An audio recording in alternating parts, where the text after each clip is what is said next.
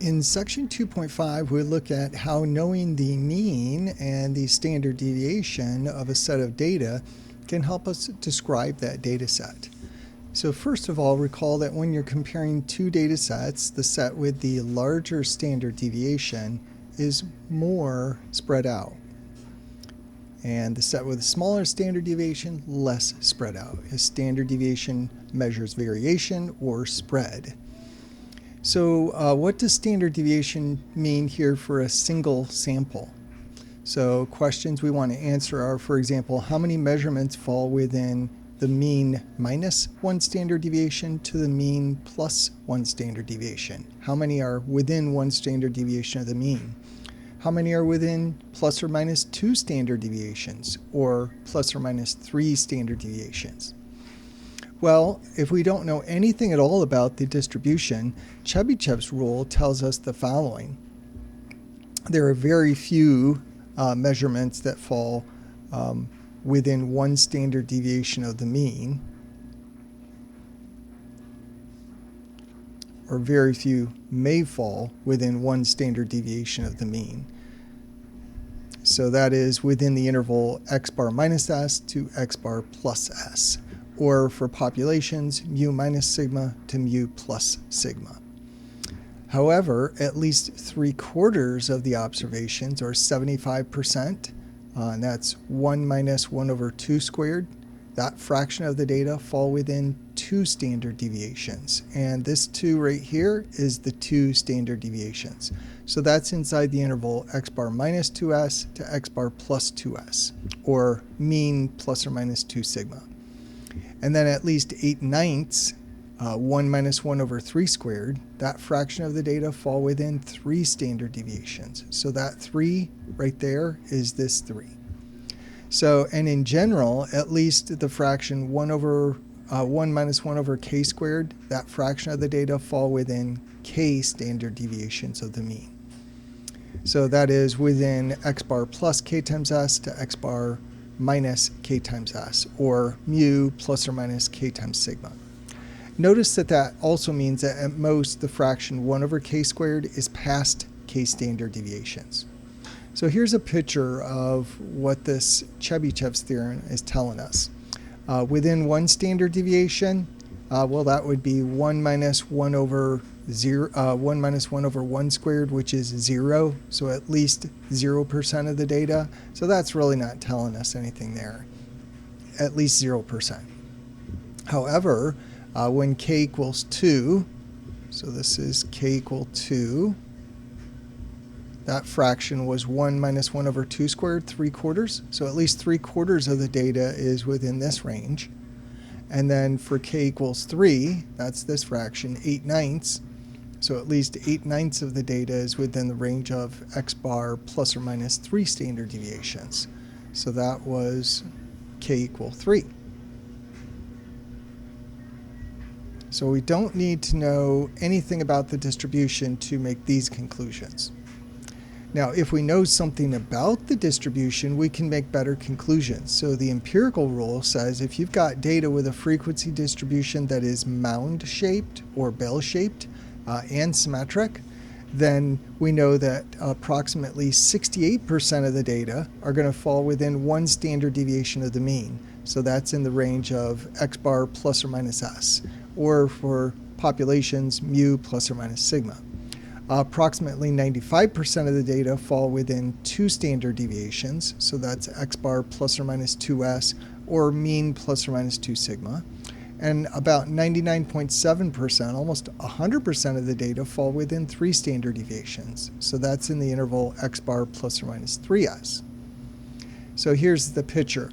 We've got this nice mound-shaped distribution, x bar in the middle.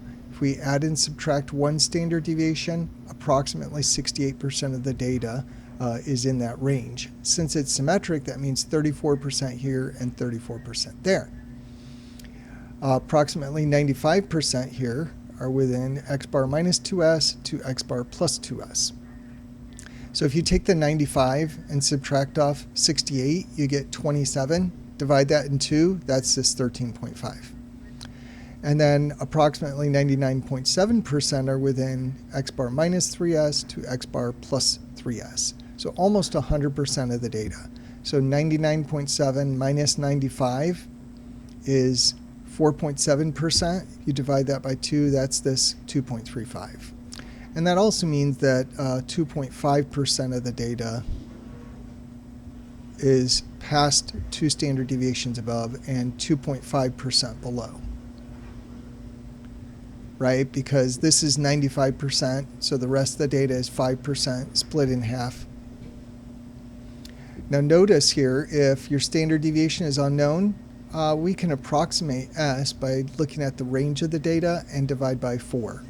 So that's saying that, hey, look, 95% of our data is within, from here, 1, 2, 3, 4 standard deviations. So if you look at the range of your data, so the data out here is considered outliers. It's only 5% of the data. So if you look at your data, max minus min, that's your range, divide by 4, that's an approximation for standard deviation. Well, let's put this stuff to work here. So in this example, we have a sample of 300 students. The mean GRE score is 500 for that sample, and the standard deviation is 100. Okay, so that is saying that x bar is equal to 500, and S is equal to 100.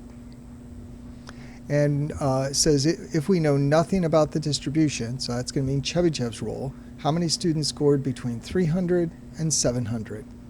So, well, if we lay out our distribution here, 500's in the middle, 600, 700 there, and 400, 300. And they want to know the percentage of students or the proportion of students that would be between 300 and 700. Well, that's k equals 2 standard deviations below and above. So it's going to be at least 1 minus 1 over 2 squared. So 1 minus 1/4, 3/4. So at least 3/4 of the data is within that interval of 300 to 700. Now, if we know the data is mound-shaped, we can get a better estimate of this. So if the distribution is mound-shaped, so that's telling us empirical rule, how many are between 300 and 700, and then greater than 700.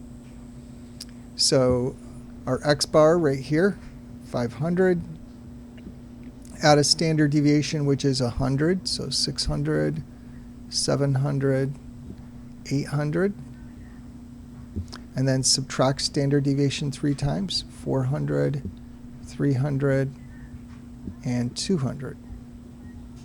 So 300 to 700, that's 2 standard deviations, that's 95%.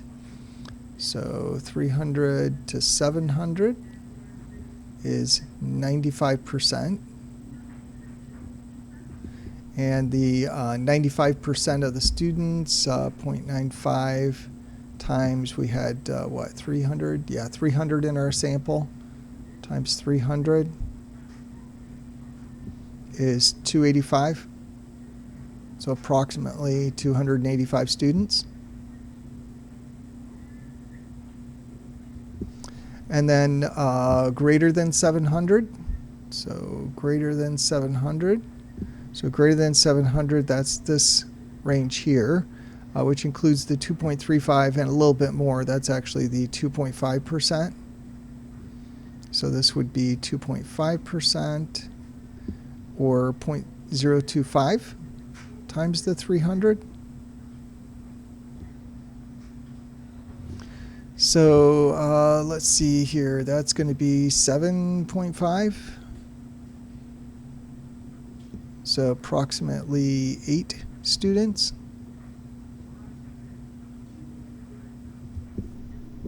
And actually, up here we got the proportion within 300 to 700. We forgot to get the number. So you take that 3/4 and multiply it by the 300. and that's 225. So 225 students. So depending on what we know about distribution, we have different answers here. So look for those keywords.